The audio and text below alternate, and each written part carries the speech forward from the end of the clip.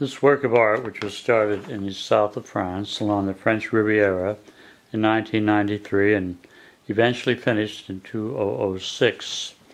The primary structure in that is the Picasso Museum, and you will find a promenade on there with flags of France. It's a beautiful setting.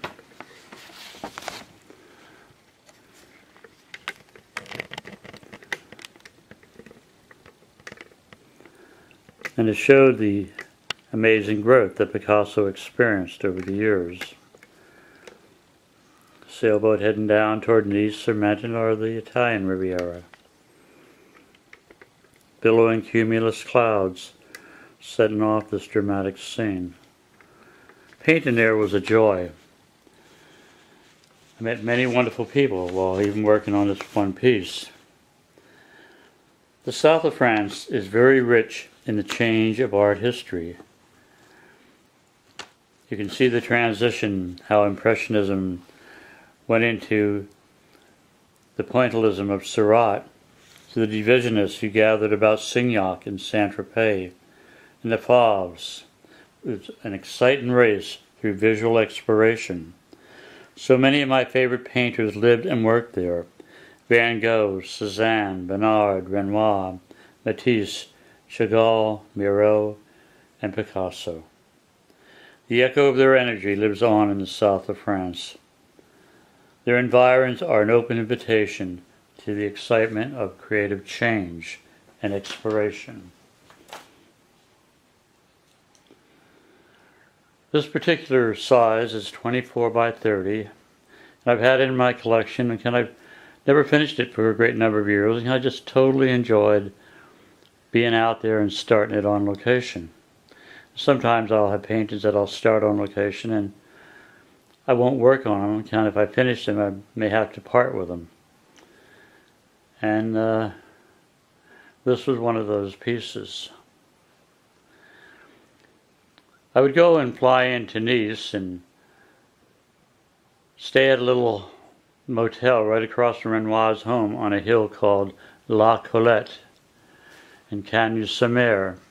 From there I traveled down to Antibes, over to Vence, and as far away as Aix-en-Provence and what have you, exploring the whole of the south of France, where Van Gogh was and so forth. This work is an exceptional value at $1,400. That is a price that I used to sell my paintings that were quite small, like 12 by 14. They were $1,400. And for the last number of years, I've been very much involved on a spiritual journey, and money doesn't mean anything to me. I'm generally behind in what I should be doing financially as far as my bills and all that are concerned. I'm more involved with a spiritual journey, and that journey is serving God and man in any way I can, to reach out to help those in need, whether it be need of a little bit of care in rest homes, conversations, and bring the spirit to them of God's love.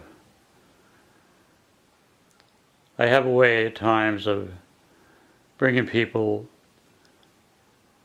the joy of loving God and reigniting the spark.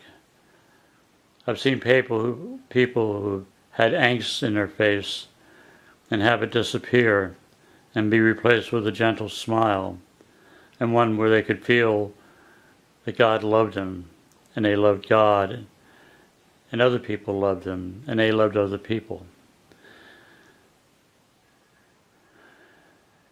My mission statement in life has been to try to place emphasis on Christ's commands of love, to love God most of all with all our hearts and souls, and find the joy and share that joy with others, and to love your neighbors as Jesus loved us all, John 13:34. We need more love in the world.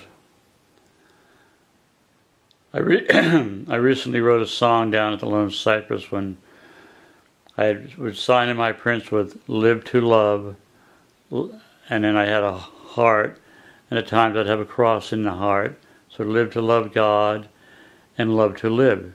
If you live to love, you will love to live. And God is love, and love is good, and life is good when you can feel the presence of God in your life. So vive l'amor.